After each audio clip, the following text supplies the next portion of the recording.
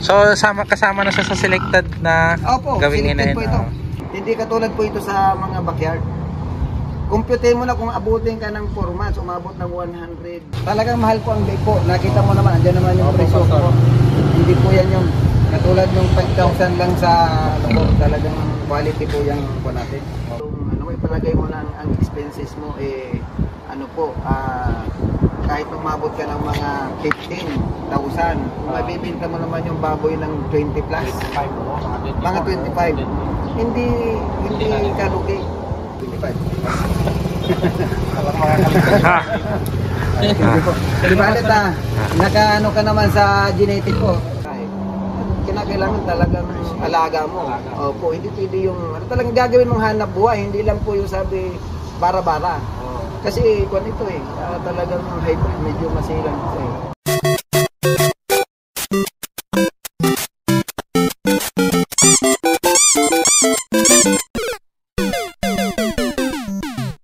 What's up guys, for today's video, bali kukuha nga pala tayo ng ating patining na gagawing inahin. So gilts po siya, gagawin natin gilts hanggang sa maging inahin. Kuha tayo ng magandang lahi, yung Dunbreed na lahi kay Pastor. Yung mga anak marami-rami. So nag-average daw po ng mga 16 na biik to 25 na biik isang anakan.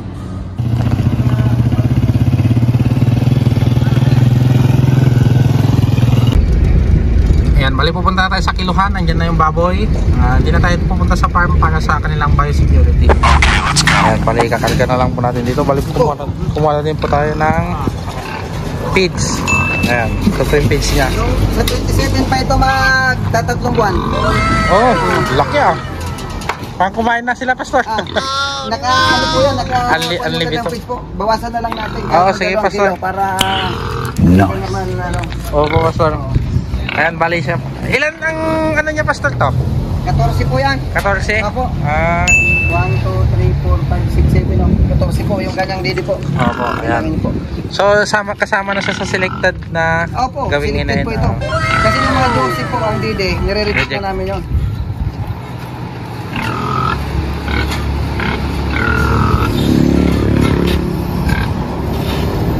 Laki. Pastor, Dunbreed no? Dunbreed yan. Yan, Dunbreed na laki. Ayan, bali kikilo na lang itong kulungan natin para dito na siya ma-direct. Hindi siya ganong ma-stress. 51. Ha? 51 kilo. Sa 50 to ngayon. 50 to. Ayan, 50 to. Buksak sa 50 to. Ayan, 51. Buksak sa 50 to. Oo, 51. Ayan, 51 kilos minus na lang natin dyan.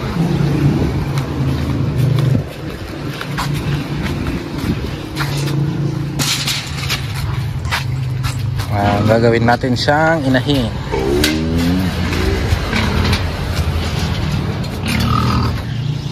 Idikit mo lang, idikit mo. Baka hop. Yan. Yan. Dahan-dahan. Roel, ano yung din yung ano? Tulungan mo teka. Yan. Dahan-dahan kasi baka mapilay. Yung alambre, ano mo yung alambre, Roel, para hindi masugat. Yan. Ganito.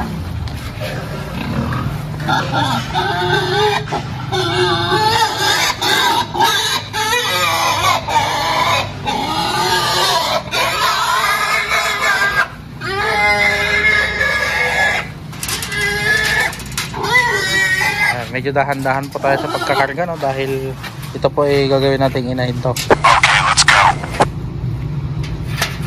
Mga nasa ano to dalawa tayo. 1, 2, 3 go! Sa 100 to, 100.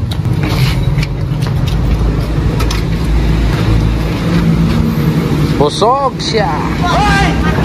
Kabulangan nyo! Kahihin nyo! 156. Bisa na lang ng 2 kilo kasi busog. Po, Pastor. 154. 150, 156 minus 51. 104. Minus 2. Minus 2. So, kasi busog. sagot na. 103. 103.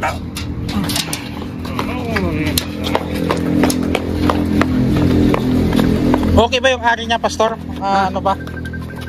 Yung ari niya. Ayun po. Okay naman tong ari niya. Tinignan ko na po kanina yan. Ah.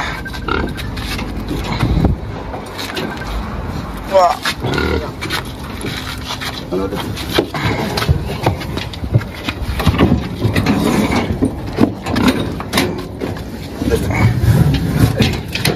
One, two, three. Yan. Pwede na. Nice. Sarap ko na rin. Ilagay mo muna dito para hindi mainitan. Sige, sige po. Sila yan, Pastor. June 26. Pero 27 po sa amin to dumating. Kasi ano yan eh. Kaya ibig sabihin magto 20 sa 27 buwan sa amin to. Ito 3 months pa lang to sa amin. Yung day 200 hits po yan na magkakasama. Pwede ko sila sa akin. Pwede po.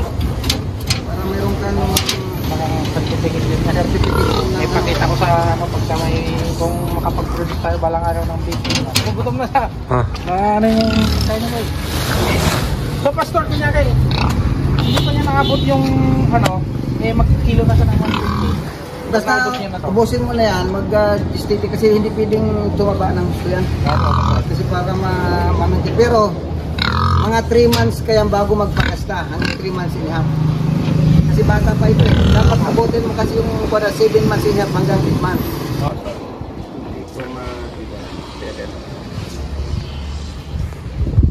Ito po, paki-send mo na lang sa ay, yan magkakapo.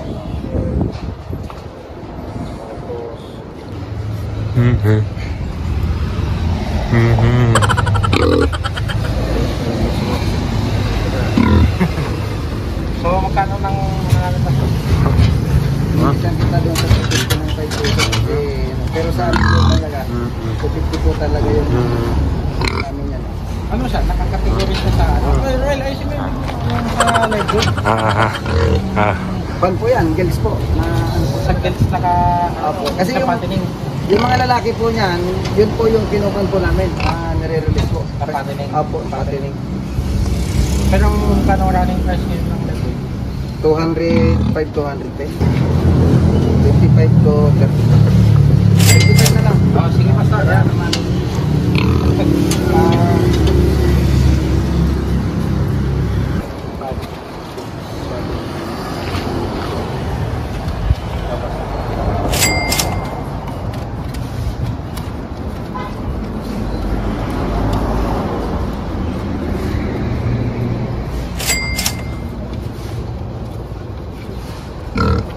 Para masot, 24?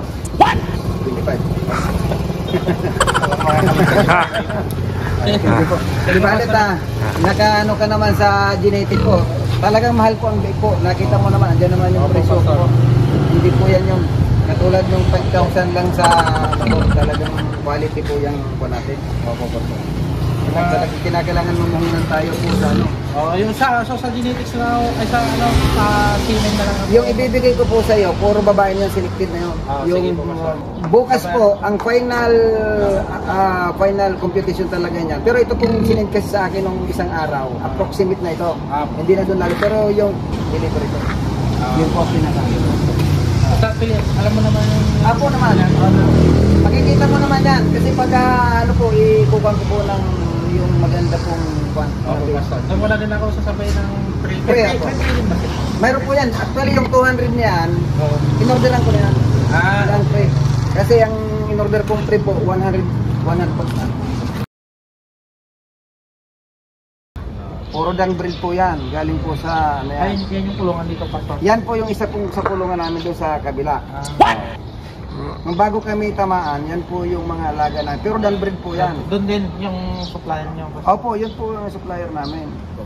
Ay, opo. Pati sa pa, medyo mahal po ang beef ngayon. Nasa 6,000 po ang beef na po pag dan breed. Kaya ang ano po namin dito, sa totoo lang, yung lahi lang. Yung lahi kasi, ang ano po dito, ito po yung pinakasikat po ngayon sa buong Pilipinas, pinakasikat po na lahi ng baboy. Na dan breed. Napakaraming mga anak, napaka-pasprower. Ito po yung ano, kasi sabi ko sa inyo, ito makukuha mo bukas na basta ito tamang pagkain, naka-automatic drinker ka, pag tama yung pagkain po niyan. Sigurado yung 3 months mo, sigurado po yan, mga 90 to 100 kilos na yan. Pag umabot ng 4 months po yung baboy mo, mga 120 kilos na. Hindi katulad po ito sa mga backyard. Compute mo na kung abutin ka ng 4 months, umabot ng 120 kilos yung ano, ipalagay mo na ang expenses mo,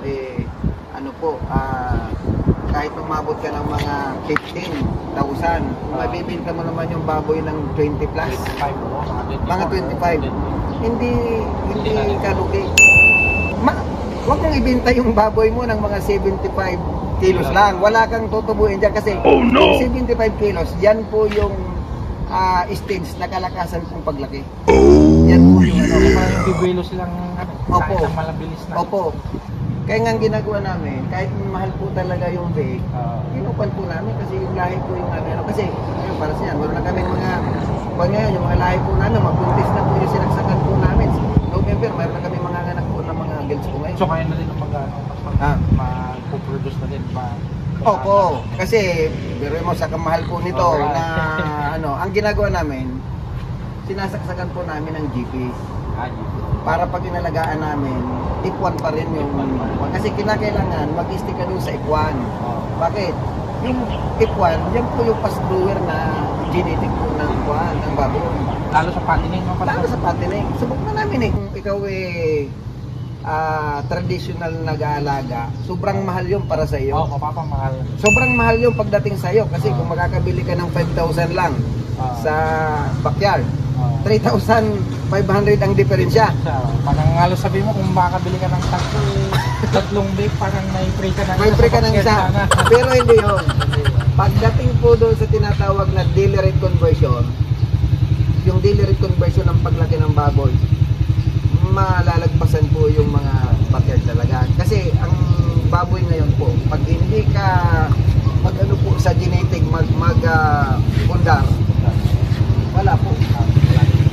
Eh kami sa kwan po namin, last 2 years, puro land breed po yung aming inalag. Subok na namin eh. Kaya hindi kami takot na mag-invest na lahi po, kahit na mahal. Kasi minsan, yun po yung tinitingnan kasi ng mga traditional na nag-aalaga po ngayon. Kasi kami po kasi talagang ako nag-seminar naman na kapag hindi ka sasabay sa genetic, siyempre mahal po ang change. Break even lang yan o kaya kikita ka kaunti lang. Pero pag dito po sabihin ko sa inyo, siguro tama yung kwan mo, mag-undar ka sa mga guilds. Bakit? Ito maraming mga anak. Mag-average ka lang ng kahit na mga 12, malinis na. Kasi paglahi naman po nito, may bibinta mo naman yan ng mga 6,000 ang isa. 6,000, huwag mo ibigay yung kasi ito, yung doon ka naman babawi na.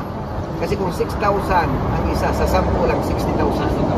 Plus, yung dalawa, kung 12 pong average po, may 70,000 ang isang kita. Ang expenses mo dyan, sa sa totoo lang, kung purong feeds ka, hindi ka magtitipid.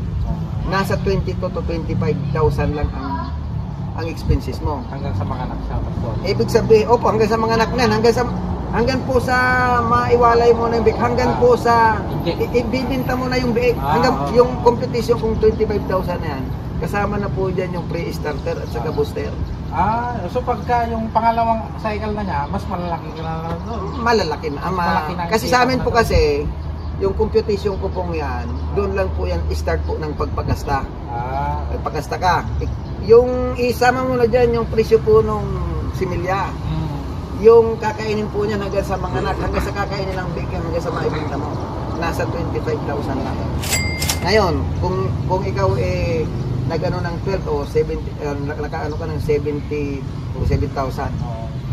Ikuan mo yung halos 40 mil, 45 mil isang anakan nyo. Kung mayroon kang 5 na inahin, monthly mayroon kang kita na 40,000, ayaw mo ba? 40,000 ayaw mo ba? Monthly 5 lang inahin mo. Yun nga din yung target ko ngayon eh. Yung 5 yung bistit. Kung mayroon kang 10 inahin, may mga anak ka dyan, average 2 na mga anak. Kada buwan. Mayroon kang 80,000, ayaw mo ba? Yun nga. Kaya nga, pero medyo masilan po ito kasi mataas nga po yung lahi nito. Pero kinakailangan nito, mayroon kang parang na elevated. Oh, meron ako. Hindi pwede yan na andyan lang nakano kasi medyo masilan po ito. Tapos kami po naka-electric pan yung aming mga automatic yung electric pa namin dyan. Pagdating po ng alas 9, alas 10, kusang mabubuhay na yun, kusang mamamatay ng alas 4. Kasi kinakailangan po nito pag mga matataas yung lahi. Kinakailangan talagang alaga mo. Opo, hindi pwede yung talagang gagawin mong hanap buhay, hindi lang po yung sabi bara-bara. Kasi kung ito talagang hybrid, medyo masilang ito eh. Nakakulambo pa nga yun eh. Yun nga din yung aning sa bali, mas kung sakaling yung inahin natin sa maglandina, anong magandang ganito po kasi yung ang ano po, pwede kang mag order po, pero pwede kitang itap doon po sa mismong kuan po ng Danbred. Pwede kang kumuha ng mag-order ng similya after 2 days. Kasi pag nakita mong naglandi yung baboy mo, unang landi hanggang pangalawa, i-order mo na. Kasi ang pinaka-timing yan, pang-4 na araw. Kasi ganito po yan, 7 days po yan. Mula nang maglandi yan, kasi 7 araw yan eh, bago maglipas yan eh. Ang pinaka-timing talaga dyan, yung ika-4 na araw. Kaya 3 days pwede na po yan. Kasi yung mga similya naman, may mga extender yan eh. So yung 3 days to 4 days, pinaka-timing yan. Ngayon, pag 5 days, medyo palipas na yun eh. Pero yung pinaka-kuan po ng ovulation talaga yan, yung pang-4 na araw, pinaka-timing yun. Na kahit na upuan mo yan, nakatayo yung tainga, pag binaktis mo yan, talagang nakatayo, hindi gagalaw yan. Pag hindi na gumagalaw, timing yun. Yun po yung tinatawag na standing heat. Na kung saan talagang, kung bakit napakarami ang mga anak. Kasi yung timing, tapos yung lahi ng baboy, marami talagang mga anak. Kasi subok na first timer. Pinakamababa po na record sa amin, 15. 15, pinakamababa na yon. 17, 19, 20, 22, 23 yung pinakakuan po namin. Pinakamarami po na anak. Siguro, kung mag-search mo rin yung yung kuan po ng kunin mo yung kuan ng Danbred kasi average na po yan na nabubuhay po doon sa kanilang 19. Sa PIC, maganda rin po yung PIC, pas-grower rin, pero yung panganganak pag sa inahin po ngayon, medyo talo sila ngayon ng Danbred. Talagang umangat si Danbred. Yun po itinakasakit na ngayon sa buong Pilipinas po. Na average kasi sa buong isang taon, sa isang ina kasi parang 2.3 hanggang 2.5 mga anak ang inahin mo eh. Dalawa, sabi mo na. Palagay mo ng dalawa. Ay kung nag-average po siya ng 19. Di ilan yun. Ay samantalang dun po sa pagsiseminar namin, ang pinaka-output po ng record dito sa buong Pilipinas, halos nag-average po sila ng parang 23, 25, pinaka-matas na. Ay yung samantalang yung Danbred po, ang pinaka-average po nila sa isang taon 35 hanggang 36. Computein mo na saan, ibig sabihin sa isang inay sa loob ng isang taon, nag-aano ka ng halos 200,000. Ipalagay mo lang yung sa palang yun. Sa palang yun. Sana Kaya yun, kasi galing kami doon eh, nag-seminar po kami sa mismong kuwan ng Danbred eh. So kung pasok ng sakali dalawa yung order ko, di ba? Pwede pa akong magdadagdag sa sakali? 3? Actually, 3 po yung aking nagano kasi usapan po namin. Ngayon, kung po, yung babae na po ang ibibigay ko sa iyo lahat. Kasi ang po kasi, mix po kasi yon. Ngayon, sa amin po kasi yung mga babae po na nandyan po, talagang hinihiwalay na namin yon. Maliban lang yung mga reject, yung mga DDE, mga dosage, nire-reject na namin yon. Pero yung 14 to 16 ang DD, yun talaga yung amin yun. Kasi marano, bukas po, lahat ng nag-order sa amin po, na pupunta po rito, nauna lang kayo eh. Oo nga, basta nanonood ako. Opo. Baka sabi ko, baka ubusin lahat yung inahin na bukas po selected eh. Kasi ang po namin kasi, bago kami mag-finisher, ikukan na po namin yung... So, ito, grower pa rin ako. Basta na mag-developer na ako. Hindi, magano ka muna na kasi dapat bago ka umabot po muna yung timbang ng baboy mo ng 122 to 130 bago ka mag-gestating developer. Yan po kasi ang diyan, makuha mo yung laki yung pundasyon po ng laki ng baboy at saka yung taas. Pag sa gestating ba, pastor, titigil na yung laki niya? Lalaki po yon, lalaki din po, pero yung sa grower po kasi ang po doon, yung bilis po ng paglaki, iba po yung paglaki ng kuwan. Ngayon, gestating kasi parang pang maintenance yung reparasyon. Kasi hindi ka pwedeng magpataba dyan para ma-maintain lang yung kung na hindi siya tumaba. Kasi ang ano po doon dapat slim bago mo pag-custom. Kasi pag nabuntis po yan, bigla na namang lulubo yan. Lalapad po yan ng ano po. So yun, Pastor, pala yung pag-order ng similya masakali. Pwede pong itatap kita doon sa kuan po ng Danbred. Pwede rin po doon sa kuan. Basta ano po diyan kasi GP. Ang ano mo pwede din po sa Dibsik. Siguro opo, yun ang kasi ang dapat po diyan kasi ang maisaksak mo GP para yung lahi ng baboy mo laging F1 para ma-preserve mo yun Hindi pwedeng kukuha ka lang ng similya dito po sa labas o kaya magpapakasta ka at saka baka pasukan ka ng sakit pag yung mga bore. Kaya mas safest po na ano talaga yung pag-ano po ng similya. Kasi ayan po, galing po sa mga malalaking farm yan at saka yung genetic talaga. Yun po yung aming kinukuha. Pati sa pa, kung ikaw piglet production, hindi mo pwedeng ibaba yung presyo ng beef mo. Mataas yung lahi ng baboy mo Kaya nga ibig sabihin, kaya nga yung mga kukuha sa'yo ng beef, talagang hindi ka natitigilan na kuhanin kasi pas grower po yan Yun ang ano, sabi ko sa inyo, yung darating po sa ito, masusubukan mo naman yan. Ito pala yung feeding guide. Ang sa amin po, ginagawa namin dyan, pag dumating kahit na 15 kilos to 18 kilos, ang pinapano namin talaga dyan, kalahating pre-starter. Pre. Talagang kinukuha po namin yung foundation. Sa iba po kasi, 15 to 18 kilos, starter na yan. Kalahating pre-starter, mga 12.5 kilos yan kasi 25 kilos lang yung ano. Yun yung papaubos mo sa bawat bake. Pagdating mo dyan, bago maubos yung pre mo, haluan mo lang yung starter. Napakabilis lumaki niyan. Tapos ang ano po dyan, 1:1 yun, Pastor, starter, 1:1. Apo, 1:1. Ngayon, saka ka magano ng 2 bags and a half na grower. Imbes na tatlong tatlong grower. Kasi ang kwan po dito, yung kalahati po dito na pre-starter, parang papalitan mo ng yung kwan dito sa grower po. Dalawat kalahating grower, isang starter lang po. Pag naubos mo po yan, 100 kilos. Yung program na yan. Opo, 100 kilos yung baboy mo. Nakukuha ng matitesting mo po yan. Magkano lang yung peds? Opo.